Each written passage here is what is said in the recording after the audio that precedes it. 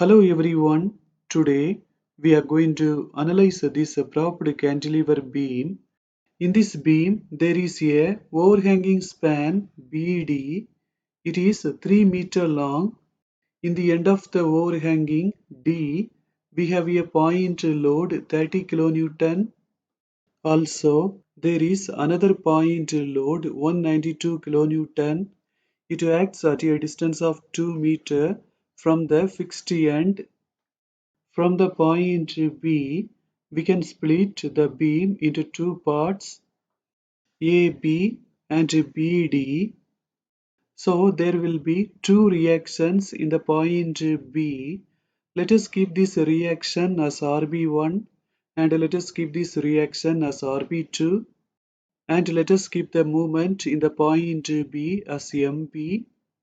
To find MB, we have to multiply the point load 30 with the distance 3. When we do that, we will get 90. This load is acting in the clockwise direction, so MB will be acting in the anti-clockwise direction in the overhanging part and in the clockwise direction in the AB part. To find the reaction RB, we have to add RB1 and RB2. We can easily find RB2. Let us take BD. We know that the upward force will be equal to the downward force. In this way, for RB2, we will get 30 kilonewton. Now let us take only the AB part and find RB1. We know that the upward deflection due to RB1 will be equal to the downward deflection due to the point load and the moment 90. In this case, we can use this expression. This is the deflection due to RB1. This is the deflection due to the point load. And this is the deflection due to the moment 90. We know that EI is constant. We can eliminate that so that we will get this. Now from the point B and about the point A, we are going to find the bending moment values and draw the bending moment diagrams. In this case, we have to follow left hand side rule. Clockwise will be negative and anti-clockwise will be positive. RB1 is acting in the anti-clockwise direction so that it will be positive and the distance is 4. 4 into RB1, it will be 4 RB1 and the diagram will be in the shape of a triangle. The moment 90 is acting in the clockwise direction so that it will be negative and the diagram will be in the shape of a rectangle. The point load 192 is acting in the clockwise direction so that it will be negative and the distance is 2. Minus 192 into 2, we will get minus 384 and the diagram will be in the shape of a triangle. Now let us find area 1 x1 bar. We know that it is a triangle. We know the area formula of a triangle, half into BH. Here the breadth is 4 and the height is 4 RB1. So this is the area. Now let us find x1 bar. We have to find the centroid distance about the right side. The formula is 2 upon 3 into B. Here the breadth is 4. So 2 upon 3 into 4. For area 1 x1 bar, we will get 64 upon 3 into RB1. Now let us find area 2 x2 bar. We know that it is a rectangle. When we multiply 90 with 4, we will get the area. In the rectangle, we can find the centroid distance very easily. When we divide the distance 4 by 2, we will get x2 bar. For area 2 x bar 2, we will get 720. Now let us find area 3 x bar 3. We know that it is a triangle. We know the formula for the area of the triangle, half into BH. Here the breadth is 2 and the height is 384. So this is the area. Let us find the centroid distance x bar 3. The centroid distance about the right is 2 upon 3 into b.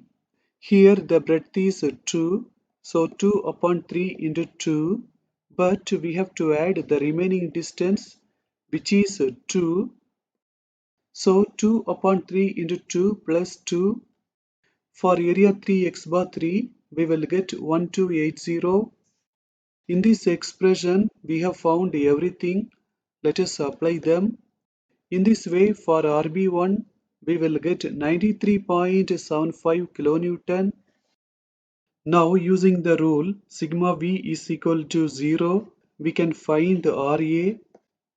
Now, let us take a moment about A and find MA. The reaction RB1 is acting in the anticlockwise direction, so that it will be positive, and the distance is 4. So 93.75 into 4. The moment 90 is acting in the clockwise direction, so that it will be negative. The point load 192 is acting in the clockwise direction, so that it will be negative, and the distance is 2. Let us assume that MA is acting in the anticlockwise direction, so that it will be positive. Finally, for MA, we will get a positive value. That means our assumption is correct. Now let us consider the right side part also. We know that RB is equal to RB1 plus RB2. We can add both of these so that we will get 123.75 kilonewton. Using the right hand side rule, we can find the shear force values. Here you can see the shear force diagram. To find the moments in the points A and C, we can use right hand side rule because it will be easy. Let us find the moment in the point A. In the point A, we have MA, which is acting in the anticlockwise direction, so that it will be negative. Now let us find the moment in the point C. In addition to MA, we have the reaction 98.25. It is acting in the clockwise direction, so that it will be positive, and the distance is 2. For the bending moment at C, we will get 97.5. To find the bending moment in the point B, we can use the left hand side rule. The point load 30 is acting in the clockwise direction, so that it will be negative, and the distance is 3. For the bending moment at B, we will get minus 90. Initially, we have seen this already. Here you can see the bending moment diagram. In these 2 points, the bending moment becomes 0. We can make sections in these points and find the distances. I have made the first section at a distance of x from the point A, and I have made the second section at a distance of x from the point D. Using the right hand side rule, we can find the moment in this section. We know that it is 0. Using that concept, we can find x. In the similar way, in the second section, we can use the left hand side rule and find the value of x. Now we are going to end this session. Thank you for watching this video.